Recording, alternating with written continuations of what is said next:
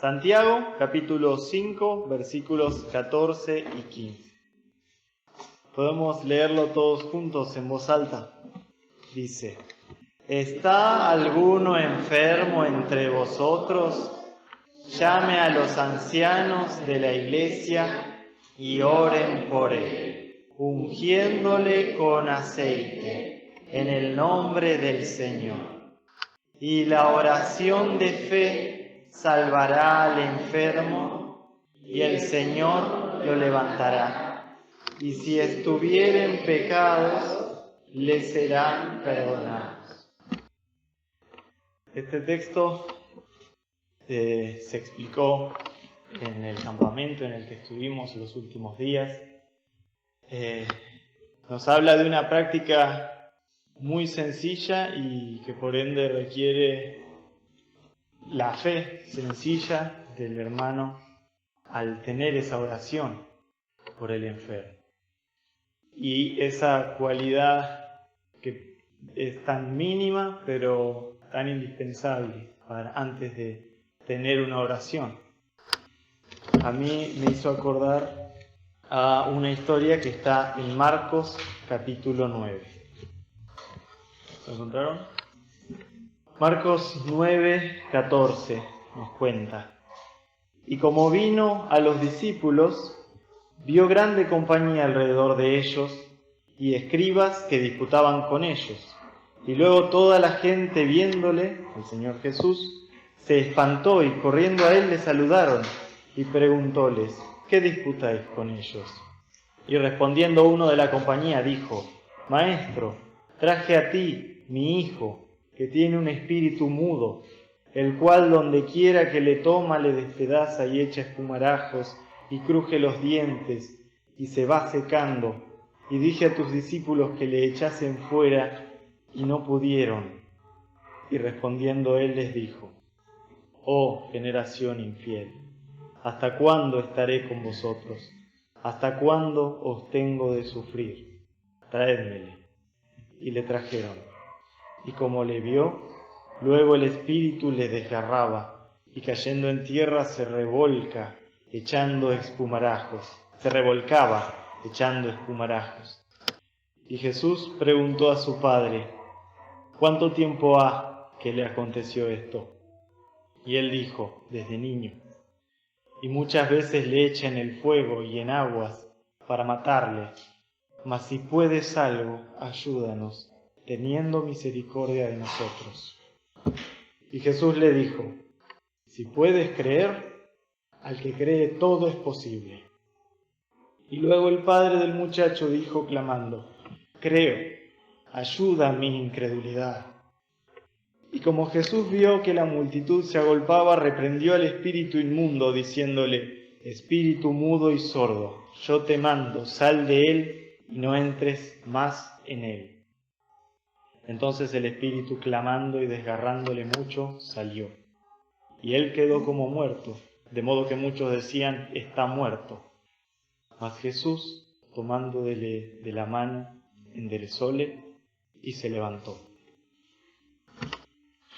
En ese momento, ese hombre que después de varios intentos no pudo recibir lo que pedía al Señor por medio de los discípulos, que no pudieron sacar el demonio que ese chico tenía dentro, el Señor Jesús se lo aclara, como leíamos en Santiago recién: si puedes creer, al que cree todo es posible. Y el hombre se dio cuenta la oración que tenía que hacer, y que es una oración que yo me la tomo muy personal, porque la necesito yo también. Cuando dice: creo, ayuda mi incredulidad. Porque fue por falta de fe que antes los discípulos no pudieron sacar el demonio de adentro del niño. El Señor se los responde en el versículo 28. Y como entró en casa, sus discípulos le preguntaron aparte: ¿por qué nosotros no pudimos echarle fuera? Y les dijo: Este género con nada puede salir, sino con oración y ayuno. Esta misma historia está también en Mateo capítulo 17, pero es Marcos el que incluye ese mínimo pero tan significativo diálogo entre el padre del niño y Jesús, cuando este hombre le dice: creo, ayuda mi incredulidad. Pero en Mateo 17, el Señor explica un poco más a los discípulos cómo es la fe que hay que tener cuando oramos. Mateo 17, versículo 19.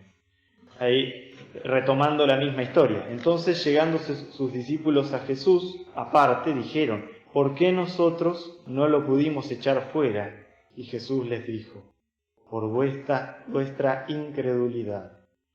Porque de cierto os digo, que si tuviereis fe como un grano de mostaza, diréis a este monte: pásate de aquí allá, y se pasará, y nada os será imposible. Mas este linaje no sale sino por oración y ayuno. No es tanta la fe que nos pide el Señor, la fe que me pide el Señor. Él nos pide el mínimo, me pide el mínimo, un grano de mostaza, dice. Y sin embargo, es tan inalcanzable. Por eso Santiago lo aclara muy bien. Él dice: la oración de fe sanará al enfermo. Y esa fe no es solamente creer que el Señor Jesús o el Padre va a responder a nuestra oración por lo que nosotros queramos. Es la fe que hay que tener al Señor y a su palabra, porque Santiago también nos deja en claro. En Santiago 4, 3 dice: pedís y no recibís, porque pedís mal, para gastar en vuestros deleites. Y ahí se nos está poniendo a prueba la fe, porque ahí el Señor nos está marcando una diferencia entre lo que uno quiere que se cumpla y la fe en el Señor y en su voluntad. Y en esta palabra que nos reprende, que me reprende sobre cómo estoy pidiendo. Pedís y no recibís porque pedís mal, para gastar en vuestros deleites. Y es una palabra dura. Por eso los discípulos, no los apóstoles, pero esos discípulos del Señor le dijeron: dura es esta palabra. Eso está en Juan 6. Porque se muestra lo que dijeron, pero también lo que hicieron esos discípulos. En Juan 6:60, y muchos de sus discípulos, oyendo la palabra del Señor Jesús, le dijeron: dura es esta palabra, ¿quién la puede oír? Y después, en el 66, ¿qué hicieron los discípulos? En el versículo 66, los mismos que dijeron: dura es esta palabra. Porque se quedaron con eso, se quedaron con que la palabra era dura, la palabra era para reprenderlos, la palabra nos muestra el pecado que tenemos, la palabra nos dice que pedimos mal porque estamos solamente pensando en que el Señor complazca nuestros deleites. Entonces, ahí está la diferencia. Volvernos atrás, como esos discípulos que ya no quisieron buscar ese grano de mostaza que les pedía el Señor Jesús, esa cantidad mínima de fe, o ser como ese hombre que tuvo esa oración cortita, que ¿cómo era? Dijo: creo, ayuda mi incredulidad.